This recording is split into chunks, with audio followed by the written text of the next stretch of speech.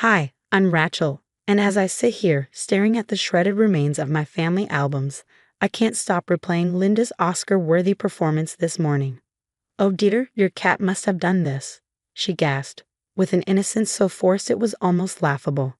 "Never mind that I don't own a cat." The smirk she exchanged with Emily, my sister-in-law, told me everything I needed to know. I should have seen this coming. From the moment I married David 5 years ago, Linda and Emily made it clear I was an outsider.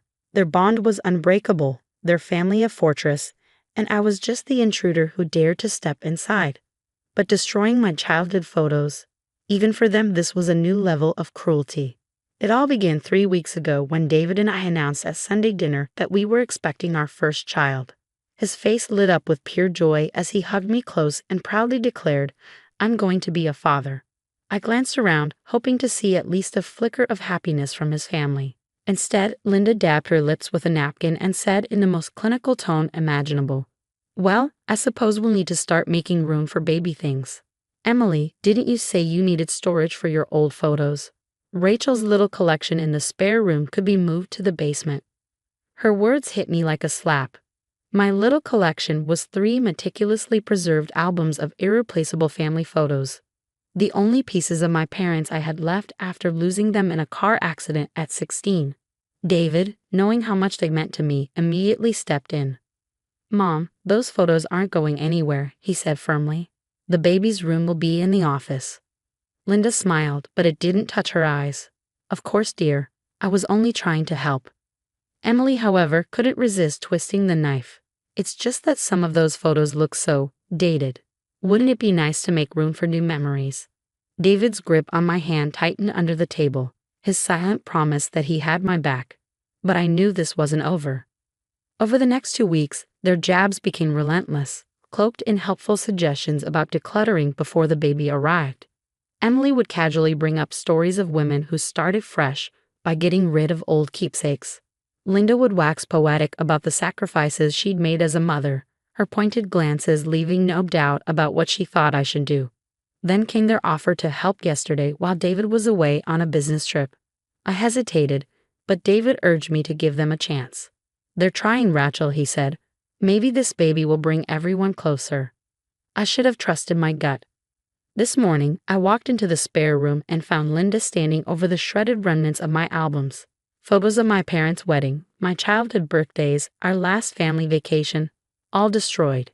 Emily stood behind her, hand pressed to her mouth in a theatrical display of horror. "The cat must have done this," Linda said, her voice dripping with fox sympathy. She knew full well I didn't have a cat. "Maybe it's a sign, dear, that it's time to let go of the past and focus on the future." My breath caught as tears blurred my vision. Emily slipped her phone back into her pocket, her smirk barely concealed. She had probably been recording my reaction for her own twisted amusement. "I'll help you clean this up," Linda offered, already reaching for the trash bin. "Don't touch them." My voice was low, shaking, but it stopped her cold. "Don't you dare touch what's left of my family." "Now, Rachel," Emily interjected, her tone syrupy sweet. "There's no need to get emotional. It's not good for the baby." Ignoring her, I pulled out my phone and dialed David. My hands trembled as the line rang, but I refused to look away from Linda's face. For the first time, her smug expression faltered. What they didn't know was that I had installed a small security camera in the spare room after noticing some of the photos had been moved. I hadn't even told David about it, hoping I was just imagining things. But now, as I stared down the women who had crossed every line, I knew that camera held the truth. Linda and Emily exchanged nervous glances, their confidence beginning to crack. They must have realized that this time they'd gone too far. David's voice came through the phone, sharp with concern. "Rachel? What's wrong? You never call during my meetings." "David, you need to come home." My voice cracked, the weight of everything crashing down on me. "Your mother and Emily, they destroyed all my family photos." "They what?" His disbelief was palpable, followed by an edge of anger. Before I could say another word, Linda snatched the phone from my hand. "David, sweetie, it's a misunderstanding," she said, her voice dripping with saccharine innocence. "The cat got into Rachel's old photos, and she's understandably upset. You know how emotional pregnant women can be." "What cat?" David's voice was loud enough for everyone in the room to hear. "We don't have a cat, Mom." Emily, ever the opportunist, leaned in toward the phone. "Maybe it was a stray. The window was probably left open again. Rachel does that sometimes. Remember when it rang on your work papers?" "Stop lying," I said, my voice steady now as I snatched the phone back. "David, I have it all on video. I installed a security camera in the spare room last week." For a moment, the color drained from Linda's face. Emily's smug grin vanished like a flipped switch. "Send me the footage," David said firmly. I could hear him moving, the rustle of papers and the slam of a door. "I'm coming home now." As I forwarded the video, Linda's facade cracked. "Rachel, let's not blow this out of proportion," she said, her tone turning patronizing. "We were only trying to help. Those photos were making you sad, and with the baby coming." "The baby?" I interrupted, my hand instinctively resting on my stomach. "You mean the baby who will never know their grandparents? The baby who now won't even have photos to see what they look like because of you?" Emily decided to try another tactic. "It's not like they were professional photos," she said, her voice breezy. "We can get new ones. Better ones. You know, with your real family." "Real family?"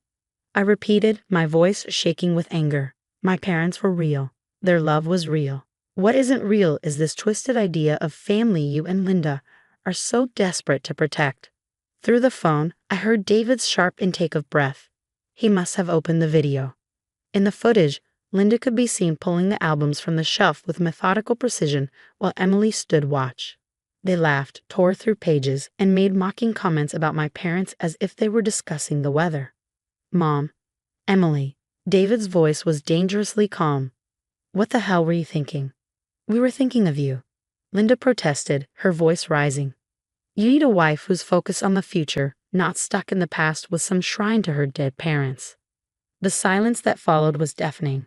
"I'll be home in 20 minutes, David said finally, his words cutting like a blade. "Don't either of you leave. And Mom?" That shrine was all Rachel had left of her family, the family she lost when she was 16, the family you just destroyed.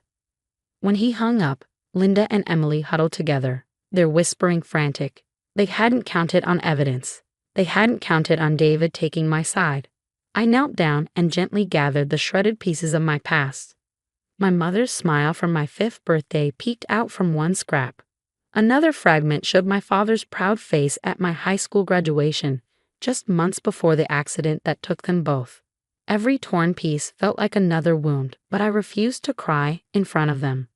"We can fix this," Emily blurted out suddenly, her voice too chipper. "We'll get you new albums. Designer ones. Maybe even recreate some of these photos with Photoshop." "Get out," I said quietly. "Now, Rachel," Linda began, but I cut her off, my voice rising. "Get out. If you're still here when David gets home, I'm calling the police. I'll report you both for vandalism and harassment." Their faces fell. They quickly gathered their things, Linda trying to salvage her dignity as she paused in the doorway. "You're making a mistake," she said coldly. "This family was perfect before you came along." I looked her straight in the eye. "No, Linda. This family was just better at hiding its cruelty." As their car pulled out of the driveway, my phone buzzed with a text from David. 5 minutes away.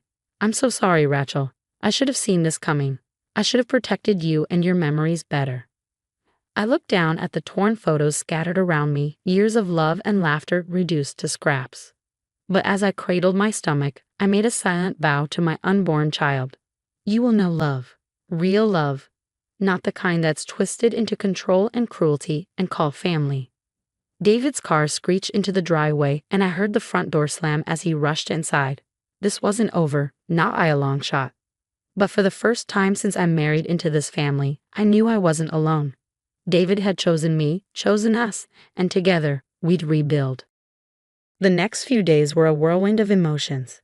David immediately canceled Sunday dinners and set firm boundaries with his mother and sister, making it crystal clear their behavior was unacceptable. But for me, the pain of losing those irreplaceable memories cut deeper than words could describe. It felt like losing my parents all over again. 3 days after the incident, an unexpected email landed in my inbox from Emily's teenage daughter, Katie. "Aunt Rachel, I'm so sorry for what Mom and Grandma did. I overheard them planning something last week, so I took pictures of your albums when I was over for dinner. I know it's not the same, but I thought it might help. My breath caught as I opened the attachments. Over 100 photos stared back at me, not perfect, but clear enough to recognize the precious memories they captured. Katie had painstakingly photographed nearly every page before Linda and Emily destroyed them. My hands trembled as I scrolled through the pictures, tears streaming down my face. David pulled me into his arms. "Katie's a good kid," he said softly. "Nothing like her mother." That evening, Linda and Emily arrived unannounced, carrying expensive photo albums and a letter of apology that was clearly scripted by a lawyer. What they didn't expect was to find David's father, Robert, already seated in our living room. "Dad?" Emily faltered, her confidence wavering. "What are you doing here?" Robert's expression was unreadable, but his voice was firm. "Dealing with something I should have handled a long time ago. Sit down. Both of you." Linda started her rehearsed speech, holding up one of the pristine albums. "We came to apologize and make things right. These new albums are meaningless." Robert interrupted, his tone sharp. "Just like this apology. I've watched you two mistreat Rachel for years, and I stood by, saying nothing. That ends tonight." David gave my hand a reassuring squeeze as Robert continued, his voice heavy with disappointment. "I've seen the footage," he said. "Not just of you destroying the photos, but of every cruel comment, every orchestrated accident, every calculated insult Rachel has endured. Did you really think no one noticed things going missing? Or that Rachel wouldn't document the truth?" Emily's face went ashen. "What are you talking about?" "The baby blanket Rachel's mother made before she passed. The one that mysteriously got bleach spilled on it last week. The recipe cards from her family that vanished. The jewelry from her parents that you accidentally misplaced. Rachel has been recording everything." Linda tried to interrupt, her voice wavering. "Robert, you're overreacting. We were only trying to." "To what?" Robert cut her off. "Erase her past. Control her future. Make my grandchild ashamed of where they come from." The room was so silent that I could hear my own heartbeat. Finally, Robert turned to me, his expression softening. "Rachel," he said, handing me a small box. "I know this doesn't replace what you've lost, but I hope it brings some comfort." Inside the box was a delicate silver locket. "It was my mother's," Robert explained. "Inside is a photo of your parents. David showed me one years ago, and I made a copy, thinking someday I'd find the right moment to give this to you. That moment is now. You're more family to me than these two have been in years." Linda and Emily sat frozen as Robert laid out the consequences of their actions. "Linda," he said firmly, "I'm moving out until you commit to counseling. Emily, you're no longer welcome at family gatherings unless you can prove you've changed. And as for the family business, David will inherit it directly. I'm bypassing both of you." "But the business has always been controlled by the women in the family," Linda protested, her voice cracking. "And look what that power has done to you," Robert replied sagely. "You've become the very person my mother warned me to avoid, cruel, manipulative, and incapable of love." As they left, Emily turned back one last time. "Katie took pictures of those albums, you know. She betrayed us to help you. I hope you're proud." I touched the locket around my neck, feeling its cool weight. "No, Emily," I said. "Katie showed true family loyalty by standing up for what's right. She's welcome here anytime." 6 months later, our daughter was born. We named her Hope. The first photo in her baby album was of her wrapped in the blanket my mother had made, lovingly restored after its deliberate damage. Katie became a regular presence in our home, her laughter and kindness a balm for the wounds Linda and Emily had inflicted. Linda and Emily began attending counseling, though whether real change would come remained to be seen. For now, I focused on the love and joy in our growing family. As I rocked Hope to sleep one evening, the silver locket caught the light. Inside, my parents smiled back at me, their faces preserved by someone who truly understood the meaning of family. I learned that family isn't about shared blood or Sunday dinners. It's about love that builds rather than destroys, truth that heals rather than hurts, and the courage to stand against cruelty, even when it comes from those closest to you.